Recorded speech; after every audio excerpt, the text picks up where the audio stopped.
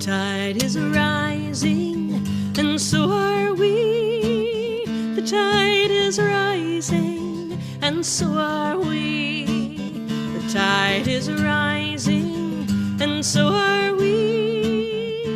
This is where we are called to be. This is where we are called to be. The task is mighty, and so are we. The task is mighty, and so are we. The task is mighty, and so are we. This is where we are called to be. This is where we are called to be. This land is holy, and so are we. This land is holy, and so are we. This land is holy, and so are we. This is where we are called to be. This is where we are called to be. The storm is raging, and so are we. The storm is raging, and so are we. The storm is raging, and so are we. This is where we are called to be. This is where we are called to be. The sun is shining, and so are we. The sun is shining, and so are we. The sun is shining, and so are we. This is where we are called to be. This is where we are called to be. The world is ready, and so are we.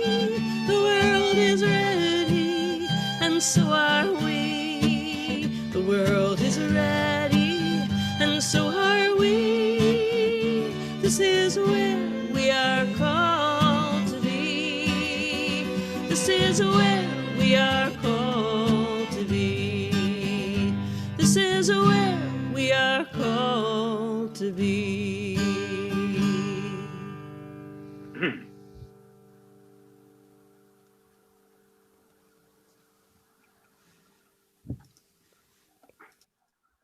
So this is where we're called to be. Oh, this has really gotten me going this morning. Welcome.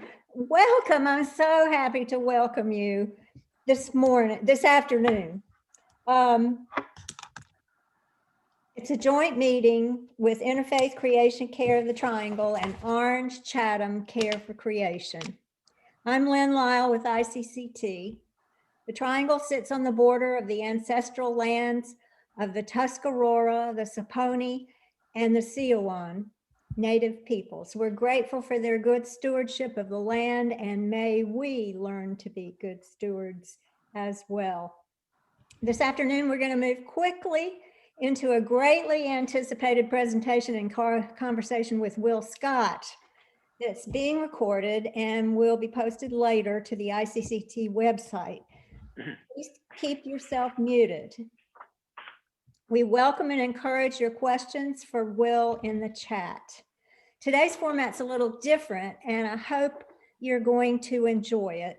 The program is bookended with wonderful music that we just heard and visual art, a great way to communicate about creation care. The opening song was composed by Rabbi Shoshana Friedman and sung by Annie Peterson. You can find links to it in the chat. If it's not up yet, it will be soon. Ending the program is a reflection on the environmental paintings of gifted local artist Gail Lowry, who may be here with us today. I haven't had a chance to look over everybody who's signed in yet, but she's planning to be here. Hello, Gail, if you are here yet now. Gail's work is part of the permanent collection of the North Carolina Museum of Art, not the ones we're showing, but other pieces of her work, and also in many other collections.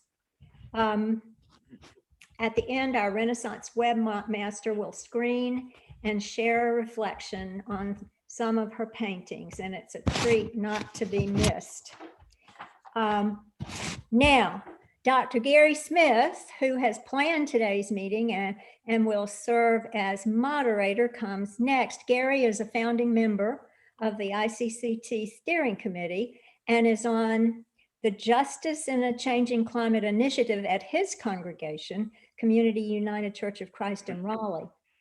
How he pursues his passion for reducing fossil fuel use is a real inspiration to me. He chairs the North Carolina Interfaith Power and Light Energy Working Group, helping churches obtain solar. He's reduced his own energy consumption by heating and cooling his home with geothermal and providing 80% of his family's electricity from a solar array. Here's Gary to introduce our speaker. Thank you, Lynn. Lynn is always so generous with her comments, and it's always nice to share a podium with her. Our speaker today is Mr. Will Scott, who's Energy Policy Manager of North Carolina Conservation Network, where he's been since 2019. Mr. Scott holds a Doctor of Law, a JD, in the field of environmental and administrative law from the University of North Carolina Law School.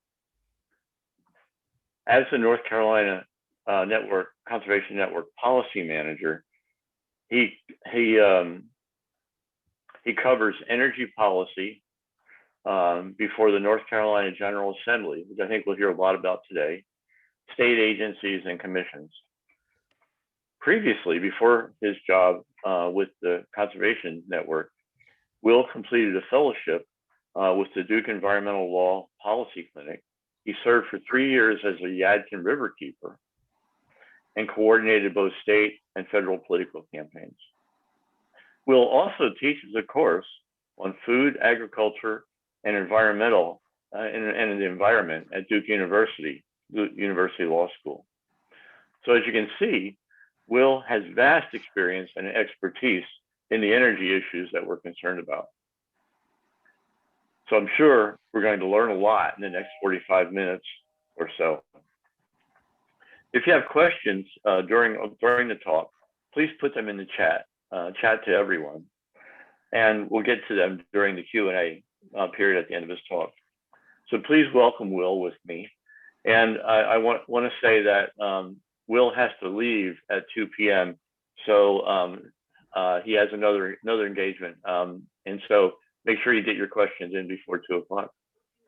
Thanks, Will, for joining us. And I know I'm really looking forward to hearing what you have to say and having a conversation with you.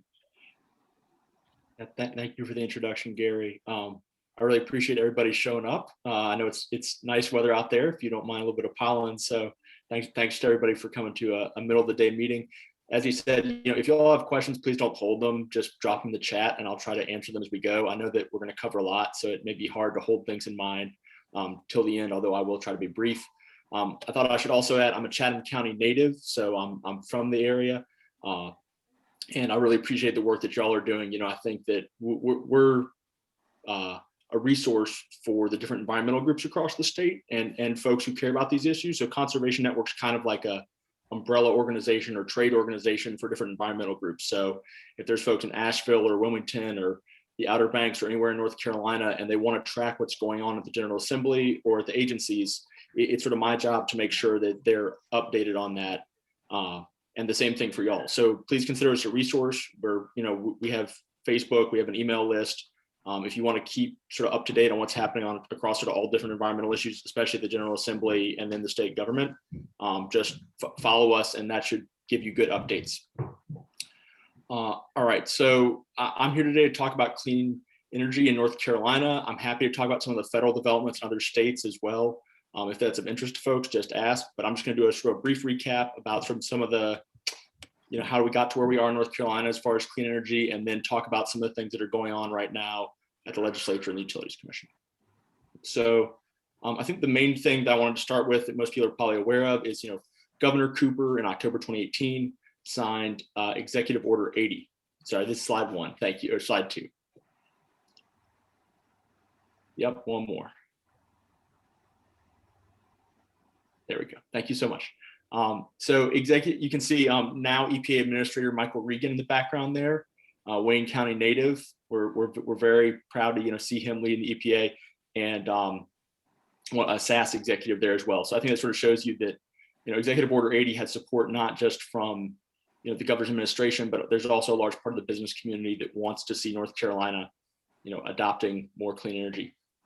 So that order set a 2025 goal for economy-wide emission reductions, and it also set in place a process called the Clean Energy Plan, where they got together stakeholders from all different groups, so environmental, business, agriculture, faith-based groups, you name it, anybody that could participate basically sat down for essentially the last 2 years to say, what are our long-term climate goals and what are some of the pathways to getting us to reach those goals. So in October of 2019, they released what's called the Clean Energy Plan. You can find it on DEQ's website.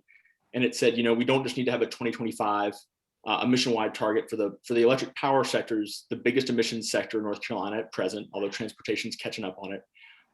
And we need to set 2030 and 2050 emission reduction goals for the electric power sector. So we need to cut emissions 70% from 2005 levels by 2030 and 100% by 2050. So I'd say that plan is still sort of the basis for the governor's vision and where the Democratic Party and the legislature's sort of baseline is in terms of what they'd like to see as far as climate and clean energy policy for the state. Obviously, those, the governor held on, but the Dems did not gain control of either House and the legislature for last session. So right now, I'd say the Clean Energy Plan sort of defines goals on one side of the aisle, and we'll talk some more about how it interacts with agencies, but there's sort of this open question of what the utilities and the majority party in the legislature want to see happen as far as clean energy. So I think we can get a little bit of an idea of what those same interests are interested in as far as energy policy from sort of two fights that have happened in the past couple of years. So in 2019, I worked with a broad coalition of groups on what was called, it says House Bill S559, Senate Bill 559 in 2019, where Duke Energy came in and said, we'd like to recover costs for storms, and we'd also like to do something called multi-year rate making. So right now, when Duke wants to recover costs from ratepayers, they have to go to the Utilities Commission and say, we've incurred these costs, they're used and useful, they're prudent, we want to charge ratepayers for them. Now, with multi-year rate making, they would be able to do that in a forward-looking way to say, for the next 3 years or 5 years, we plan on spending this amount of money, and we want to start charging customers for it now. So that's been done in other states. In some states, it's worked well. In other states like Virginia, they've estimated there have been hundreds of millions of dollars in overcharges to customers, and then there's a whole fight to refund those. So I think there was opposition to the Senate Bill 559 in 2019 because it didn't have any clean energy targets. It didn't have anything that would sort of incentivize Duke to clean up their system with this forward-looking mechanism. So, I think for the first time in the memory of those who can work in the General Assembly, a big bill that Duke Energy wanted did not pass. So there was bipartisan opposition to that bill, and it ended up getting sort of modified to where it was just the part where they could recover for their storm costs, and then that passed. So I think it's even though the legislature, the controlled legislature as far as parties hasn't shifted, clean energy is an interesting issue where it doesn't break down cleanly on party lines. We had a bunch of Republicans who, for sort of anti-monopoly reasons or pro-clean energy reasons, didn't support Duke Energy. And so I think that's one of the things to watch in this year's session is, will that sort of same coalition of folks come together and push for better energy legislation? Or is the utility going to sort of dictate the terms of the debate? So if you go a little further back to 2017, you see an example of when that essentially happened. So House Bill 589 is sort of the legislation that sets energy policy in the state currently. There's three main pieces. It set a competitive procurement process up that required the utility to buy a certain amount of solar over a period of time, running out this year. So we need to decide, what's the mechanism that we're going to incentivize the utility to develop more clean energy, because 589 is sunsetting on that. there's what's called the Green Source Advantage program, which was supposed to make it easier for big customers like cities and universities who have clean energy targets to buy clean energy. And that program has sort of misfired. It hasn't worked for a lot of the customers, although there have been some, good projects developed under it in the last year or two. And then the one that y'all are most likely familiar with, I know we had some questions about, was the solar rebate program. So this just, incentivizes folks, gives you a credit on your state taxes if you install solar on your home or business. There's also provisions for nonprofits, which includes churches. And that's actually the one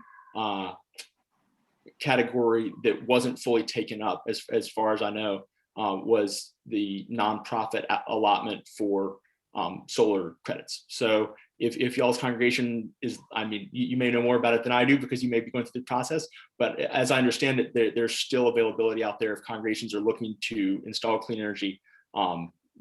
This should provide you with that ability. It's hopefully going to be updated this year, and we'll have expanded rebates and credits coming out of major energy legislation this year to improve that, to improve the sort of large customer program, and also hopefully to set new clean energy targets.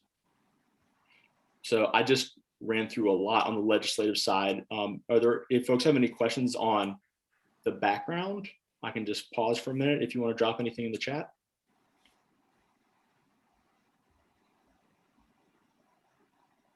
All right, if it comes to you, I know it can take a minute to type it out, so please do feel free to ask questions. So essentially that's sort of where we're at. The last major energy bill we had was 2017.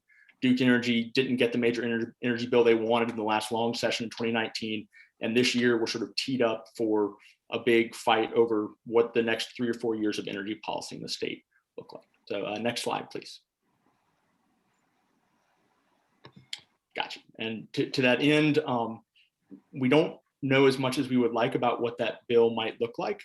There's been, if any of y'all saw this article, the House Speaker and the House Rules Chair convened a closed door process at the beginning of this year to sort of start hammering out energy legislation.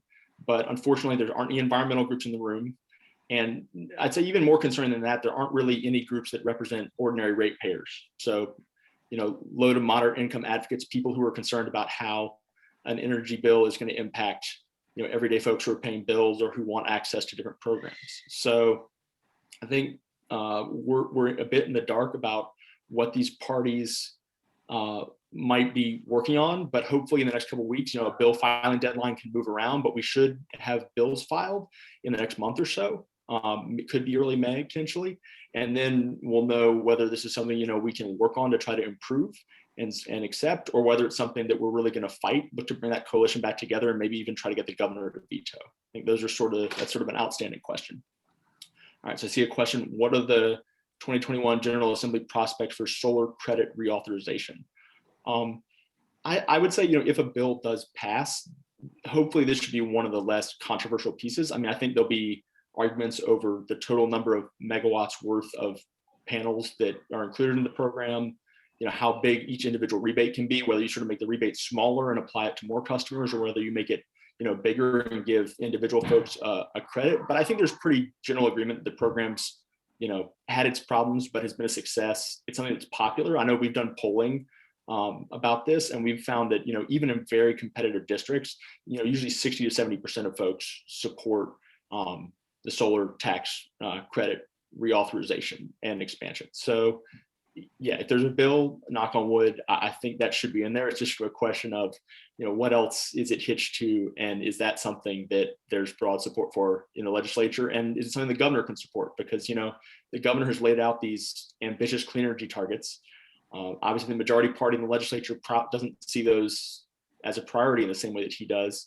So it's sort of a question, will the utility support those? Will some of the other large customers support those? Will folks who have a lot of say in the General Assembly push for large amounts of clean energy like we're going to need to hit those targets? Gotcha. And so if folks have other questions on the legislative piece, just let me know. But, I was hoping that initially I thought we'd have bill language at this point, and I'd be able to say, here's the bill, here's what's in it. You should tell your representatives X, Y, or Z about it. Unfortunately, because of these closed door negotiations, we aren't at that point yet. When we do have that information, I'm happy to share it with Gary or with the other organizers and to send it on to you all, because I do think the most important voices for a lot of these representatives are their constituents. So if y'all do, contact your legislators, we'll be happy to provide sort of talking points on this in terms of where we think the bill is strong, what we think needs to be improved, and whether or not we think, especially folks on the Dem side of the aisle should support it or reject it. And next slide, please.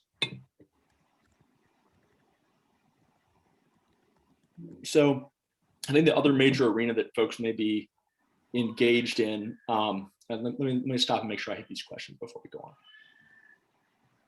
Gotcha. So I see Laura Combs is saying it'd be great to see the incentive legislation linked to COVID rapid response funds distributed to CDFIs. I don't know, that's community development finance entities, to help low to moderate income communities, or a different, more generous type of Duke rebate for low to moderate income communities. And those outside of Duke territory are just out in the cold. Yeah, I think the role, so when she says outside of Duke territory, as many of y'all know, there's the regulated utilities in the state, which is the two big parts of Duke Energy and a little bit of Dominion Energy. And then there's all the co-ops, and I actually I'm in co-op territory, Piedmont Electric territory right here. Those are nonprofits. They aren't regulated monopolies like Duke or Dominion are. And so they're just nonprofits governed by their own board, and they don't really want to be regulated. So they usually, when these bills come up, say, whatever you're requiring the big utilities to do, you shouldn't require us to do that. It doesn't mean that the individual co-ops don't pursue good policies. Some of them really do, but that sort of as a group, they generally have not been supportive of top-down requirements from the legislature. And I absolutely agree, that, there's been a big fight over the last year about whether you have disconnection moratoria. So do you say, COVID's going on, we shouldn't be disconnecting people's power and water because it means they're going to have to move in with other households. It can cause spread. It can make vulnerable folks even more vulnerable. The governor did do a moratorium that expired. The Utilities Commission and Duke have worked on sort of extending disconnection moratoria, at least for electric utilities. But I think one of the difficulties was some of these small municipal utilities that don't have the same kind of funds in the bank were really pushing hard on the governor's office and other folks to end the disconnection moratorium because they want to put pressure on customers to pay. The legislature has not really put up the amount of money that we would need to help folks who have arrearages. So it really is, just like Laura said, we need federal funds to make it to folks who can't pay their bills right now, in order to try to not further burden people who've already borne the brunt of the pandemic. So that's a really important issue. I think if you're interested in those issues, the North Carolina Justice Center and Appalachian Voices have been doing really great work trying to advocate for the governor's office to get more funding out, and for the state legislature to take more of that federal funding and send it to low to moderate income folks. All right, Kathy Kaufman, nice to see your name. Can you talk about the A1 and B1 report? So, and can we go back? I see we're on the question slide. If we could go back one. So to jump back to the clean energy plan on the executive side, the question is, how did the reports coming out of the clean energy plan that the governor's office and DEQ ran relate to the negotiations going on at the legislature? And I would say that the clean energy plan process did a really good job of putting some of the stakeholders who seem to be in those discussions in the room together. And I think that because of that, some of these mechanisms that would make multi-year rate making better, like what are called performance-based rate making mechanisms, that would essentially say, okay, Duke Energy, you can start to bill folks in advance for things, but you have to hit certain performance metrics in order to do that. And some of those metrics could include things like connecting folks who are, net metering onto the grid, bringing new renewable facilities that are third party owned online. I think those things are part of the discussion in a way they wouldn't have been before because of the clean energy plan. I don't think that the overall targets set by the plan are probably dictating the conversations that are going on in the legislature. Again, those are all confidential and I don't have access to them, so that's just my speculation. But I can just say that the recommendations coming out of the clean energy plan were create a clean energy standard, which would say you have to bring this much clean energy on per year going forward. That would require legislative authorization. I don't think that's going to happen. Accelerated coal retirement was looked at. I do think that's potentially on the table because it could save customers a lot of money. And then there was joining the Regional Greenhouse Gas Initiative, which is a a regional market that would allow North Carolina could join, and then they'd be part of this cap and trade system that they could use to bring down emissions. I doubt that is part of the discussions either. I haven't gotten any indication that the utility was supportive of joining a regional market. So I would say that of the clean energy plan options, accelerated coal retirement is probably the one that I would guess, again, is most likely on the table in those discussions, but it may not necessarily look like the same timetable that the clean energy plan ambition to hit that 70% by 2030 target. Was there blowback on the closed door discussions, and what can be done to object to that? The blowback piece is an interesting question. I think everybody's sort of still waiting to see what comes out of the process before saying that this was illegitimate or invalid. I think that if what folks feel like is a bad bill comes out that doesn't serve the interests of the environment or of regular customers, that absolutely, one of the big things we pushed on in 2019 with Senate Bill 559 was that Duke just rolled the bill out and didn't talk to anyone ahead of time about it. That there was no stakeholder process. I think this time, at least the utility will say that there was a stakeholder process, and it's going to be on advocates to say, here's who was or wasn't in the room. I think it's one of the most important messages that folks can carry to their legislators. And if you look up that WRAL article, I think I would just, if you're talking to a legislator, I would just literally send that to them or share that with them, because it's the best documentation of that so far. And I can drop a link to that in the chat real quick. So let's see. I see a question about the IRP, and then I see a question about the governor's veto. I'm going to answer the governor's veto question first, and then we can jump over into the IRP and the Utilities Commission space. So I don't think we know, the governor tends to play his cards very close to the chest with the veto. We don't know what a final bill, so even if a bill comes out, until it goes to the Senate and, it's on the governor's desk, we don't know what final form it'll take. And the governor's traditionally been pretty hesitant to say whether or not he's going to veto something until we have a better idea of what final form it might take. I do think that the threat of a veto was there in 2019. It was one of the reasons that the bill got held up for so long, was there was a sense that even if it passed in a form that wasn't acceptable to the governor, there was a reasonable chance he'd veto it. I think that it's in play again, but I don't think we'll see any public statements necessarily to that effect until we sort of see what the bill that's coming out of the legislature actually looks like. All right, so it's 1:30. We haven't gotten to the IRP yet. Let me hit that. So as far as the IRP, what is my take on it? And outside of public hearings, how can we influence Duke as they prepare plans? My take on the IRP is that there's a lot of debate about the assumptions that go into it, right? So, Duke makes assumptions about the cost of renewables, about the cost of battery storage, that mean that they think they need to build more gas, right? The sort of cost curves that they assume for those, I think, are pretty conservative and mean that they don't see those as sort of short-term competitive options, even though, utilities in other parts of the country, like not even super blue parts of the country, but like Colorado, who have done competitive procurement for new generation, have found that they get really cost competitive bids for, wind projects, solar projects, and combined wind and solar and storage projects. So, I think the argument that a lot of the other folks are making, not just that, we should do clean energy because it's the right thing to do, although it is that, if you just had a competitive process, instead of letting the utilities' internal assumptions dictate what we build next, that you would end up with a much cleaner mix just based on market forces.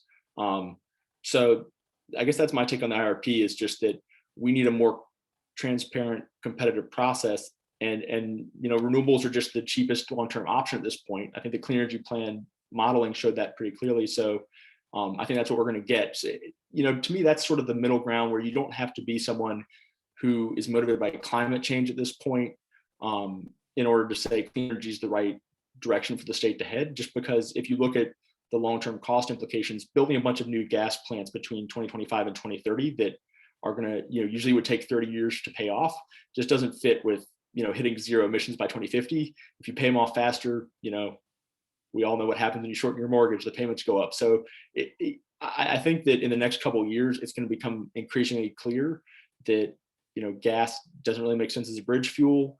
We're going to need to retire the coal and replace it with clean energy. And we just need to hold off on making any sort of costly mistakes until then. And I think, stopping the ACP was a great first step in that. And now we just need to not build any unnecessary gas plants in state. So I'm hopeful that that's what the commission is going to come back and say in the IRP. Oh, sorry, I see some good questions. IRP is the Integrated Resource Plan. It's sort of Duke's 15-year plan that they're required to submit to the Utilities Commission every 2 years. And sort of the big question there is, when you look out 15 years, what's the least cost option, both in terms of new generation and in terms of energy efficiency for the state? And then everyone else gets to weigh in and do their own modeling and have their own experts. And so we're in the middle of all that. Duke submitted their plans. All the other groups have submitted their comments. There'll be another round of reply comments, and we had great turnout for the public hearing. So there are going to be 6 different, as you can see on the slide here, 6 public hearings because they're doing them remotely. Everybody gets 5 minutes. Unfortunately, you can't sign up because they had so many people sign up that they're already running 6 night meetings. And I think that's a lot for the commission staff. I think they're going to hear messages like the one folks in this group would likely carry loud and clear through the public hearing. So I think that's a really positive step. And I think this new commission, as you can see, chaired by a Cooper appointee who had worked with some solar developers in her previous private practice. And this is the first IRP we've had with sort of Cooper's commissioners firmly in the majority. And the last Macquarie commissioner, Lyons Gray, is going to roll off this summer. Hopefully someone strong on clean energy will replace him. So the Utilities Commission has traditionally been a pretty conservative body where the utility was very strong. And I think this IRP is one of the places that we'll hopefully see this new commission start to push Duke in a better direction. So I don't know if there's any other information. Do folks have other questions about the IRP? I know that folks wanted to talk a little bit about sort of what the IRP is and also about what least cost is constituted by. So the IRP is not binding. It's not the commission saying, Duke, you will do this for the next 15 years. It's the commission saying, Duke, you've submitted this plan. Either we accept it or we reject it, and you need to go back and make these amendments. And that would sort of go into the next 2-year plan cycle. The commission just hasn't rejected IRPs traditionally. If they did that this year, I think it would send a really strong signal to Duke that if they wanted to recover the cost of building all this new infrastructure, they need to come up with a better plan for doing so. So the IRP itself doesn't bind the utility, but it's the strongest signal in terms of what they're likely to fully recover from customers on. So it should inform their thinking in a pretty strong way. In terms of least cost, when folks run into that term, I think the traditional problem for folks advocating from a climate perspective is that the Utilities Commission staff have interpreted the Utilities Commission's least cost mandate to not really take into account environmental factors. Now, there are folks who would say that the statute doesn't read that way. So I think one of the questions I got in advance was, do we think we'll see Chapter 62, which is the statute that empowers and governs the Utilities Commission, modified by this bill to meet the Clean Energy Plan targets? I don't think it's likely that the group of stakeholders we have now are going to come out with a bill that hits the governor's Clean Energy Plan targets. But I do think that if we have a Utilities Commission that interprets the statute fairly, that they could say we have to take into account environmental costs in determining what the least cost alternative is for the IRP. And because of that, so in this IRP, Duke gave 6 different scenarios: a business as usual scenario that builds a bunch of gas, and then some cleaner scenarios. And according to their modeling, several of the cleaner scenarios were much more expensive.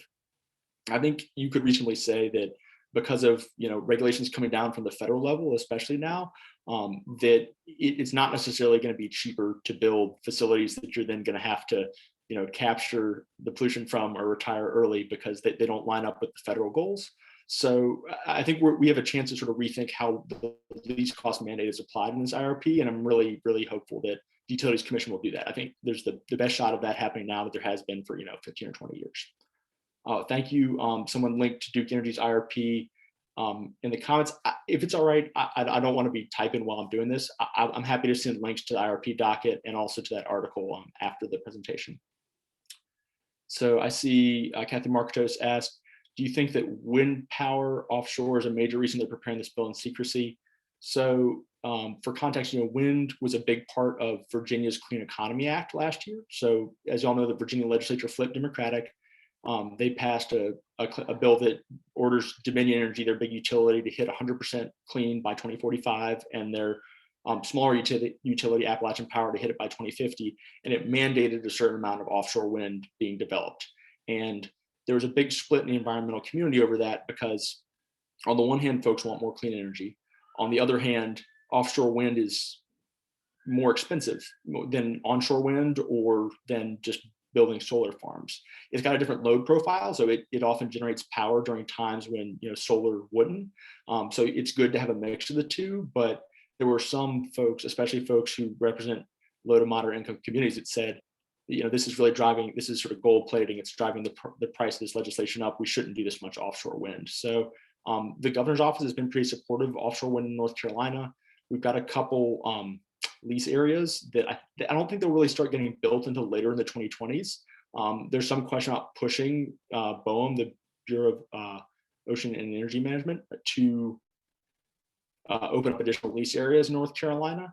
Duke Energy hasn't sort of led the charge on that, hasn't indicated they would bring wind onshore in North Carolina to supply our needs. So, there's a lot of potential for offshore wind, but I don't think it's clear sort of how it's going to factor into the mix. Right now, the lease areas up sort of by the Virginia border could easily just, go onshore in Virginia and get sold into the Northeastern regional market that Virginia is a part of and not even go to North Carolina. So if North Carolina sort of wants to access that offshore electricity, we're going to have to take some legislative steps to do so. And I don't think it's clear whether the legislature is willing to take that step. How does the cost of offshore compare to renewable swine biogas? So we could spend all day talking about, so biogas essentially is when the lagoons of hog waste are covered and you capture the methane coming off of them, you prevent that methane from going into the atmosphere. That's good in terms of climate, right? But you then burn that methane to generate power is the idea, or you pipe it to a pipeline so that it can be burned by a combustion turbine somewhere else.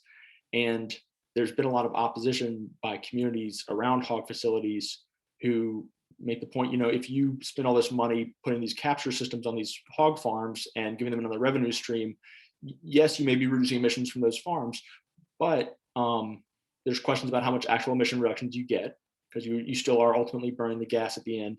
And second is these are facilities that have negative local environmental impact in the community, and you're reinvesting in those in ways that a lot of folks down there wouldn't want to see. So it's been a controversial piece. Either way, I think percentage wise, it's tiny compared to something like offshore wind. And as far as cost, that's a really good question. There's not a ton of those facilities in operation. I don't think we know in a reliable way what the costs are going to look like. It's such a new technology that I think the costs are going to be fairly high by comparison. I'm sorry, I don't have the numbers off the top of my head. Hey, Kathy, it's good to see you too. Sorry, Kathy Buckley, as well as Kathy Marcos, thank you for those questions. We can go to the next slide. Oh, this was a good one. So, and sorry to y'all who don't have solar panels on your roof. This was a question from someone who does. I think it was Lynn. So basically, Duke has a netting year where if you have solar panels on your home and you generate power, and that year period ends, they don't give you credit for some of the power that if you haven't used that much during that period, if you've been net positive for a few months. So basically, and I put a little bit of text here. I've tried not to answer stuff in the slides too much where there's long answers. There was a settlement on net metering in South Carolina between the utility there, Duke, Dominion, and several other folks that would avoid this issue of what they call the spring reset in favor of monthly netting periods. So you get credits back each month, so you wouldn't have this issue of you had net negative usage over time and you weren't getting credit for that at the end of the year. There's a link in the slides to a press release by the NC Sustainable Energy Association that worked on that settlement. And what we anticipate is that that settlement will be adopted in large part here in North Carolina. Next slide. Great. Is there an effort to reinstitute the solar tax credit in North Carolina? So as I said, I think it'll be a part of any legislative package that comes out, most likely. I think it's a popular program and it has bipartisan support, but we'll see whether the overall bill is something that is worth supporting. 2, is there an effort underway for North Carolina to join the Regional Greenhouse Gas Initiative, that regional trading program that I mentioned earlier that was considered in the Clean Energy Plan? And the answer is yes. The Southern Environmental Law Center, on behalf of Clean Air Carolina and the Coastal Federation, has introduced a rulemaking petition at the Environmental Management Commission that would have North Carolina, under executive authority, promulgate a rule and join the Regional Greenhouse Gas Initiative and set up a cap and trade system that would get us on the path that the Clean Energy Plan lays out. So it largely does that by relying on, we import clean electricity from other states. It wouldn't necessarily lead to as much in-state clean electricity generation here as something like a clean energy standard that mandated, North Carolina generating electricity in state. So, I think that'll be heard it maybe June. I don't think it's entirely clear when it'll be calendared at the Environmental Management Commission, but if you're interested in that, just, you can track it. The EMC publishes agendas on their website, and they'll have a hearing where they decide to accept the petition and they go through the rulemaking process, or they can reject it and not, in which case there's probably going to be some litigation. So I also, if you all support the Southern Environmental Law Center, or you follow them, if you follow them on social media or that kind of thing, you'll be able to follow this petition probably. So are there any mechanisms other than public hearings to force the Utilities Commission to align the IRP with the governor's clean energy plan? There's not really a way to force the commission, I'd say, to do it. The commission is, they're nominated by the governor, they're approved by the legislature, and then, they have their own independent statutory directive. The governor doesn't tell them how to rule on individual matters. So I think the best bet is, show up at public hearings, support organizations that intervene. So Southern Environmental Law Center is a strong intervener that represents a lot of groups like the Justice Center and Sierra Club.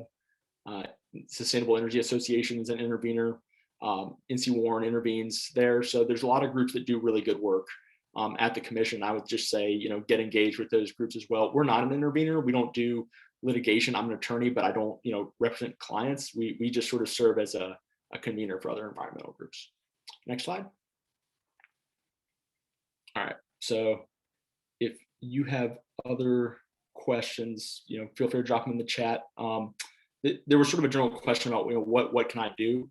I know that we had folks from Wake County and Orange County that I was told would be here. If there's folks from other places, just let me know where you're from or who your representatives are. I'm happy to give feedback. We have some good new representatives from Wake County. I've spoken with Representative Robertson and Representative Jones. They, I think they get these issues and they're interested in them, but I think it would be good for them to hear from constituents, if you live in their district, that, these are issues that matter to you and that you want to see a bill that, hits or comes close to Governor Cooper's clean energy plan targets. How about Durham? Yeah, we've got some really strong folks in Durham. Vernetta Alston, who just came in, I think is going to be great. Senator Natalie Murdoch, Senator Woodard, whoever represents you in Durham, I think should be strong on these issues, but I think also they have a lot of other issues to be concerned about. So if you have time and you want to take a little bit of time to meet with them and talk to them, I'd say, let's wait and see what bill comes out. Then, see what you can read about it in public. You're welcome to reach out to Conservation Network. And I'm happy to give you what our take on it is. And then I'd say, go and talk to them. If you think it's good, tell them to support it. If not, really, urge them not to. We're going to need to hold all the Dems together on this one, because, if the governor does, if there's a bad bill and the governor does veto it, he'll still need to hold that veto, and we'll need to have all the Dems together, especially on the House side, to do that. And then so as far as Orange County, Greg Meyer is, I think really well educated on these issues, but again, always good for him to hear from folks that they care about it, and that it's something that, he has sort of a leadership role in the caucus. It's something that the caucus needs to hold together on. All right, so I see I'm at about quarter till, which I know is sort of the time we set. Thank you. Back to the first slide. What other thoughts or questions do folks have? I feel like I've been talking too fast for too long. Well, while we're on legislature, are there Republicans that we should be talking to either in the leadership or the rank and file in the Republicans to who would listen to us, or maybe who we would like to move? Yeah, I think my general advice is, talk to your representatives. That people care about hearing from their constituents. So if you live in a Republican district, go talk to your representative. I think that, Representatives Zoka and Strickland have been strong on these issues, but I don't know that that's because of folks who are concerned about climate change coming and talking to them. It's more that, they want to see more competition in the electric sector. They see the economic benefits of clean energy businesses, building solar farms or other things like that in their districts. it's sort of a different case. So I would really, before I went and talked to someone who might not ideologically be predisposed to be motivated by concerns about climate change, I would sort of think pretty hard about what case I wanted to make to them, and wonder whether there was anybody else I knew that might be a more persuasive messenger. We've got a pretty strong clean energy business community in the state now, and I think one of the reasons this has become a bipartisan issue is because those folks have made the business case for North Carolina being a leader in clean energy, and that really seems to be the messaging that's working the best in the R caucus, not as much people being converted to being concerned about climate change.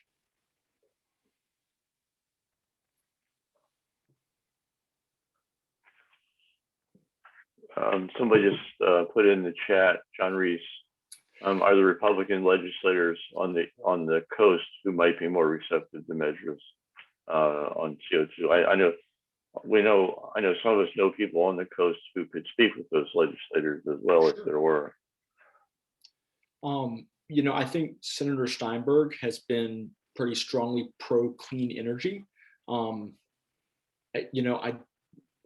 I don't know in terms of seeing it as a carbon emissions reduction issue, if there's anybody in particular that I would point to, but I think Senator Steinberg has been, someone, they have the only onshore wind farm in the state, the only sort of utility scale one is in his district. He's up in the northeastern part of the state. And I think he's been, a strong advocate for clean energy. So, the Senator Brown, who was strongly opposed to wind, onshore, offshore, wherever it might be, has retired, and so we're hopeful that if there is a big energy bill, there might be the chance to have more wind development in the state, whether it's onshore or offshore. I wanted to follow up on your comments about solar panels. You blew me away with your answer. I don't know whether anybody else was similarly confused, but you said that we might be able to move away from this erasing the credits in May by another program. Can you explain that a bit more, maybe more slowly for my small mind? No, and again, I apologize. I know I get going a little fast sometimes, and I wanted to make sure y'all started peppering me with questions pretty good. So my understanding, and again, I'm not an expert. I didn't negotiate the South Carolina net metering settlement, but is that rather than having a yearly netting period where they sort of say, how much power did you generate relative to what you used over a 12-month cycle, there'd be a monthly netting period. So as I understand it, if you generated more power than you used over, say, the month of May or June, on that monthly bill, you would get credited for that amount. So you wouldn't have this issue of, if you, at the end of the cycle, you had generated more than you used over a few months toward the end, that you wouldn't get credit for that. I think that was sort of the issue, was that they were resetting the sort of period, the tallying period, and that was leaving people who had overproduced in the summer, they produced more than they generated, not getting full credit for the power that they generated. And forgive me, folks, the reset month should be February. Right? I mean, because like, as folks know, your panels generate more in the spring and summer, so it would make sense to reset the netting period if you're doing it annually in the winter. That's totally right. I hope I got that answer right for folks. Like I said, that's not an area of expertise for me, but that's my understanding of that happened in South Carolina, and hopefully that means that the utility will want to have some continuity between South Carolina and North Carolina, and so rather than rehash that whole fight, a similar version of that settlement will be adopted here, by the Utilities Commission as far as the rules that govern net metering. I don't know whether that'd be part of the legislative package. It also could be a statutory change. I'm sorry, I started talking fast again. No, that's good. Can we go back to this question of finding a way to require Duke Energy to reduce the greenhouse gas emissions by 70% of the 2005 level? You indicated that Steve Durovics was wondering the chances of passing the bill modifying Chapter 62 of Section 62.2 might work or might not. Do you think there's any hope for finding a way forward on that? Yeah, Duke Energy CEO Lynn Good has said in their last, call with investors, the people who they rely on to fund the business, that that they're hopeful that there will be an energy bill this year.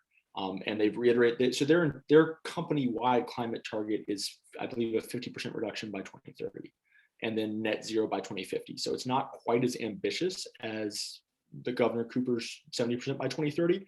But again, that's company-wide. Duke goes from Florida to Indiana. There's no reason that they couldn't be more ambitious in North Carolina. So, they participated in the Clean Energy Plan process. They didn't make any commitments as a part of that. We're hopeful that they would see it as good business to, work with the governor and try to hit those targets. But, again, until we see bill language, we won't, and we see where their position is, we won't know, what sort of is realistic to expect from the legislature. All right, I'm going to a question from Kathy. So regarding the role of 70% reduction in greenhouse gas emissions by 2030, can you explain the role of natural gas plant construction replacing coal plants and the portion of greenhouse gas emissions from the natural gas life cycle that occur out of state and thus don't count against emissions from natural gas in North Carolina? Yep. So there's a accounting issue here. As folks know, there's emissions at the site of extraction from pipelines. Natural gas isn't extracted here in North Carolina. So if you pull it out of the ground in West Virginia and then ship it down here or somewhere or from elsewhere, you have leakage along the way. For the Clean Energy Plan's purposes, they were counting emissions at the stack. So they were saying, when you burn coal in a power plant in North Carolina or gas in a turbine in North Carolina, what is the emission when you generate the electricity? And they weren't necessarily looking at the full life cycle of emissions. And that probably leads to, that leads to a significant undercounting of what the emissions from natural gas actually are. And it's, a really important issue. It's just another reason that we shouldn't be building new gas plants and that we need to retire the ones that we have now. Steve Drovix is saying, Inrel said Duke can meet the 70% reduction. Yeah, I think basically everybody else who's modeled it other than Duke thinks that they could hit that target.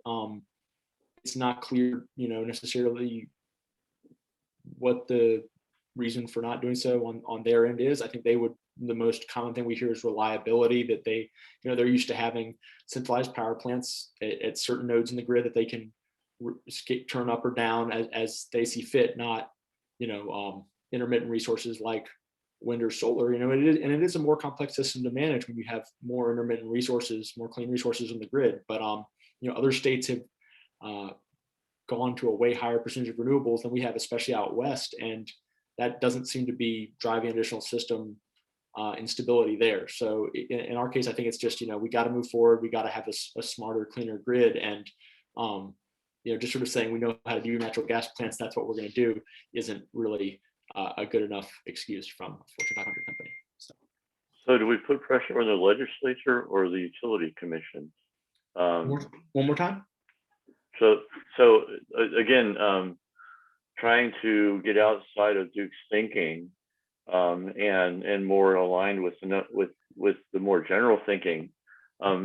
Is that working with the utility commission to rethink what least cost means, or is that working with the legislature to change definitions?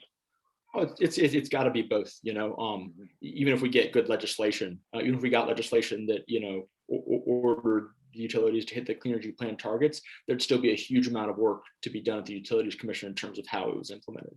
So I think for folks who have engaged with the Utilities Commission on the IRP or in other big proceedings, that's a great place to invest your energy and to educate yourself, because we've got some good commissioners. There's a potential for good movement there, even if we don't have a good outcome in the legislative session this year. Yeah, and I think also, the example of Virginia is an encouraging one. I think it shows you that, even a Southern utility can get behind, moving towards clean energy. Obviously, they had a different result in their elections than we did, so we don't have that going for us. But I'm hopeful that, the way the winds are blowing at the federal level and some changes we might see out of Congress this year could help move the discussion in North Carolina in the right direction. Let me ask a dirty question. What about nuclear? Do you think that North Carolina will move more into more nuclear? Is that a dead issue because of cost? You could just say, I don't want to address that too, I guess. No, I think if you look at the IRP, Duke contemplates potentially building some small reactors in the 2030s or 2040s. I don't think we're going to see big new nuclear facilities in North Carolina. There's a question about, whether you renew the licenses of the existing facilities, since it's such a big part of our generation mix. Yeah, and I think that folks generally acknowledge that we need nuclear right now as one of our largest clean sources. But if you look at examples like South Carolina or Georgia, it's just been so expensive to build the new plants that it's hard to see it as the primary answer as far as new clean energy generation, especially given the cost declines in wind and solar and batteries. So we have a question. Some think Duke makes money from building new gas plants. Is that part of their motivation? Duke also has a renewables arm. I think, they make money for building for steel in the ground. And I think that could take a variety of forms. So, in other places, like, again, I can go back to Colorado, they've had competitive procurement for new projects, but the utility gets to own half of them. So, I think we could end up with something like that in North Carolina, where, we could build a lot of smaller clean energy projects, just the utility could own some percentage of them and they could recover on them. They could still make money, but we could move towards a cleaner system. So I don't think that, the utility, being financially whole and developing clean energy are incompatible at all. It hasn't been in other states.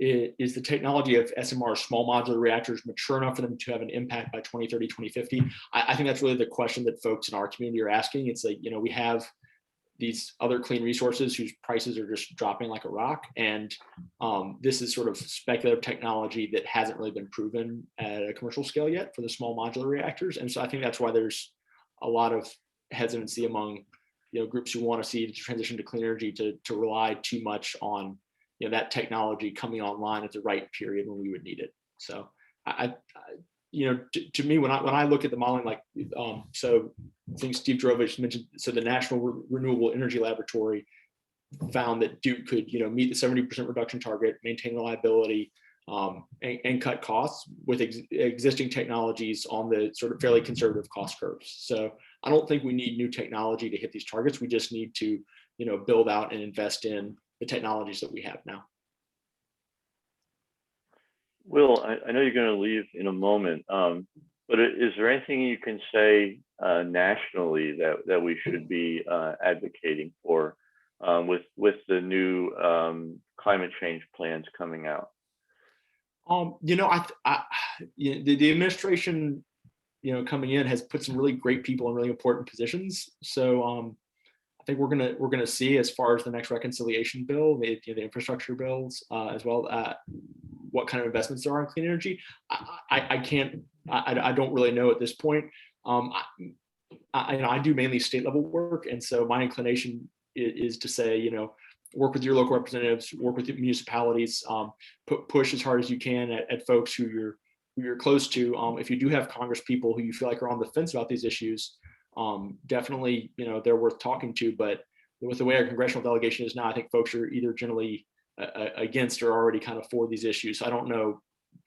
It sort of depends on that, whether it's worth folks investing their time in. Thank you. So, Anne Brennan put up sorry, go ahead. An interesting closing question. What do you think about Arcadia Energy, green credits? I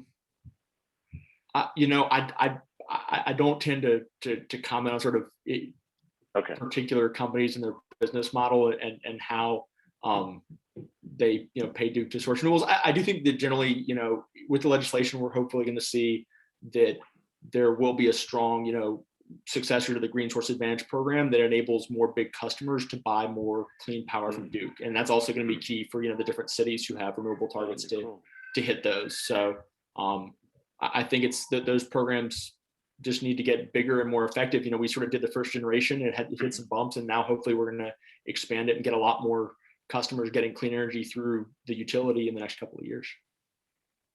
Well, I want to thank you for doing a great job. I think at this point we need to let you go, but you've certainly answered a lot of questions and probably provided more questions than we started with. But that's what a good talk always does. So thank you very much, and thank your wife and kids for your time. Yeah, well, thank you guys. These were great questions. I'm sorry if I didn't get to everything. It was good to see some familiar names in the chat. And I have 2 1-year-olds upstairs, and I can hear them chasing my wife around. So I'm going to go lend her a hand. But you all have a great day. Thanks so much for having me. Thanks so Thank you, much. Will. Yeah. Thanks so much. Wow. I am so impressed with our questioners today.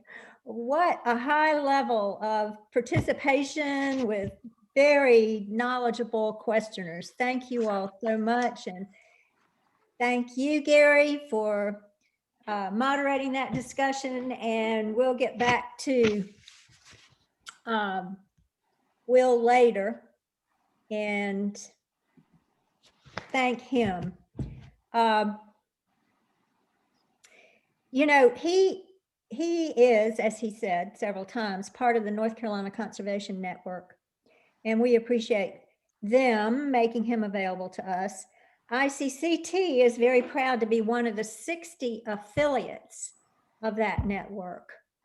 So we do have access to their resources, which is great. So if anyone out there would like to work through us to get some questions answered or some support, just let us know. Now for a brief update on news at Interfaith Creation Care of the Triangle. Vice President Gail Powell has just announced on the website new recordings of the drawdown webinars and that her team created for communities of faith. And you'll hear more about these recordings and the webinars at our May 11th meeting next month. So secondly, Russ Outcalt from our advocacy team wrote a blog on our website about the Duke Energy 15-year IRP plan and the opportunities to make your voices heard about the shortfalls, shortcomings of that plan. And there's a link on our website that appears, that link is also in the chat, that will give you that blog with lots of information that we were talking about today. And a good number of our members have signed up to testify at the remote hearings of the Utilities Commission that you've heard about that had to be rescheduled because so many people signed up. So I'm very proud of our members who did sign up. Thank you. And on the blog on our website, there's a link to sign a petition, and it's not too, even though it's too late to sign up to testify, I know you're disappointed about that, at the Utilities Commission, it's not too late to sign a petition that will get to the Utilities Commission. Or there's also a link on our website to a way of sending your comments directly to utility commissioners.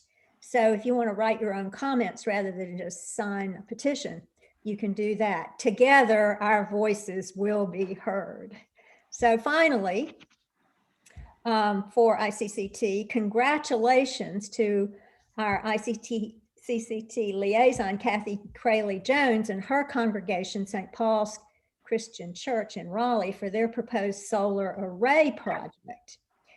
Its budget includes a visionary and generous provision for $3,600 in seed money for a solar project for a different faith community serving low income and people of color. And that community, faith community, has not yet been chosen. Our moderator today, Gary Smith, who's from a different congregation than St. Paul's, planted the seed with St. Paul's for this solar array project, and he and his wife Jane are among its first supporters. And a link to more information and a way to donate to that project is in the chat. And taking it a step further, if you would like to be involved in discussions about organizing with others to build solar seed money partnerships and identifying other private and government sources of funding for such seed money, you can contact Kathy Crayley-Jones. And that link is in our chat. When you go to that link, it'll take you to the St. Paul's website and scroll all the way down to the bottom of that part about the solar project, and you'll find Kathy Crayley-Jones's contact information. Next up is Bob Weichert, co-chair of the steering committee for Orange Chatham Interfaith Care for Creation, our co-sponsor today. He'll give an update on their activities. Bob is also responsible for the Environmental Stewardship Committee and the San Isidro Labrador Garden at St. Thomas More Catholic Church in Chapel Hill. Since moving to Galloway Ridge, he has worked on and now chairs their Environmental Sustainability Committee. Bob? Thanks, Lynn. I'd also like to thank Gary and Will for both a sense of urgency that we act and contact and lobby, but also a wonderful sense that there's always another election. We can always keep after these issues until they come around. I think that's extremely important. A bit about Orange Chatham Interfaith Care for Creation it was formed in May of 2019, and the purpose is to engage people of faith in congregations and other communities to become better stewards of Earth, address climate change, and advocate for environmental justice for all life on Earth. For the past 14 months, we've been using Zoom to stay connected. Now we are very hopeful that there will soon be enough vaccinations that we will be able to resume some in-person outdoor activities. Later this month, we, ICC, will be meeting, still via Zoom, with our membership to propose that we take up some small team outdoor environmental activities. A little less talk and maybe some do, such as removing invasives, helping develop organic community vegetable gardens, cleaning streams or lakes of plastics and other debris. The date and time for that meeting with the Orange Chatham membership is still to be arranged. As Lynn mentioned earlier, on May 11th, from 7 to 8:30 in the evening, we'll co-host with ICCT a Zoom meeting on creation care messages and drawdown solutions for faith communities. And we're hoping this meeting will also help us get back into action some of the solutions offered in the drawdown book. Back to you, Lynn. Thanks, Bob. You'll find the date and time and title of the next program in the chat. For our closing reflection, as I've already mentioned, Ralph Earl will screen and reflect on Gail Stott Lowry's paintings. And she is now with us. Hey, Gail. And Ralph serves as pro bono webmaster for the ICCT website, which he designed and created in 2019. He's part of the Rose Heart Sufi community in Durham. Since retiring from IBM, he has developed a small business designing websites and helping people with computer issues. I love the name of his business. It's Greenmont Web Design. He has a PhD in English literature from UNC Chapel Hill and did his undergraduate work at Stanford University. You can find his contact information in the chat. Ralph? Thanks, Lynn. Good to see you, everybody. We started our meeting today with a beautiful, inspiring piece of music, and we're going to end with a set of beautiful, inspiring paintings by our talented local artist, Gail, who Lynn talked about a little bit at the beginning. And as Lynn said, I think Gail is on the call with us. So let's share her paintings and I'll reflect on them somewhat while we go.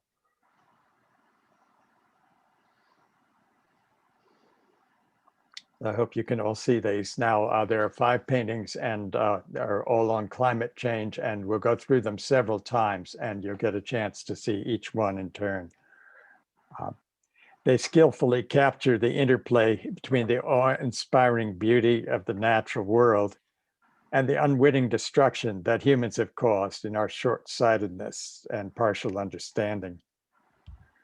As we look at the paintings, I call on you to notice the interplay between the great natural beauty that the paintings express and the destructive forces that are also at work. Whether it's extreme weather, flooding, wildfire, hydraulic fracturing or fracking, or sea level rise. Speaking about these paintings, Ms. Lowry says, there are no simple solutions to these complex problems we face.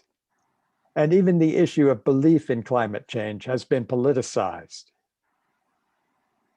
Art has the ability to pose the hard questions, offer a different perspective, and inspire change.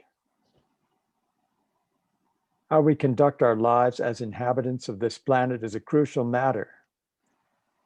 The power and beauty of our environment and the survival of all within will not continue without our protection and care. In all our daily activities, we can take time to pause and reflect on this paradox.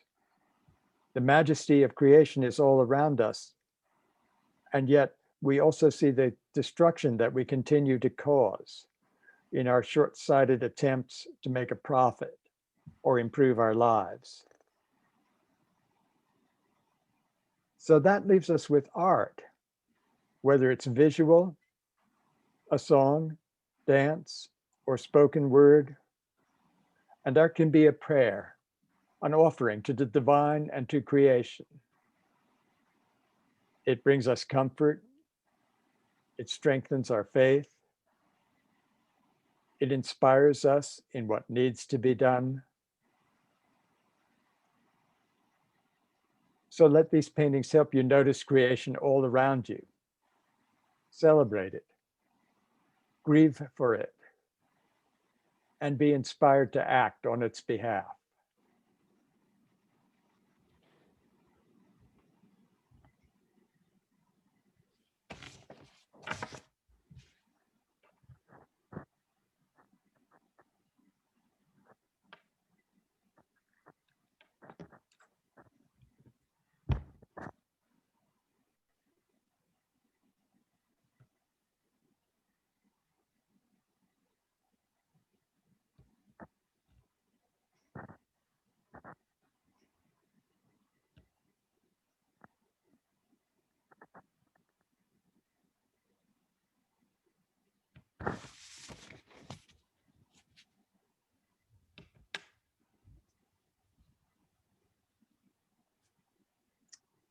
Thank you and bless you.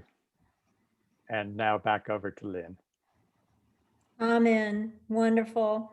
Thank you, Ralph. Thank you, Gail. Thanks to everyone for joining us this afternoon. Thank you, Gary, for planning and moderating this. Have a good rest of the week. Bye-bye.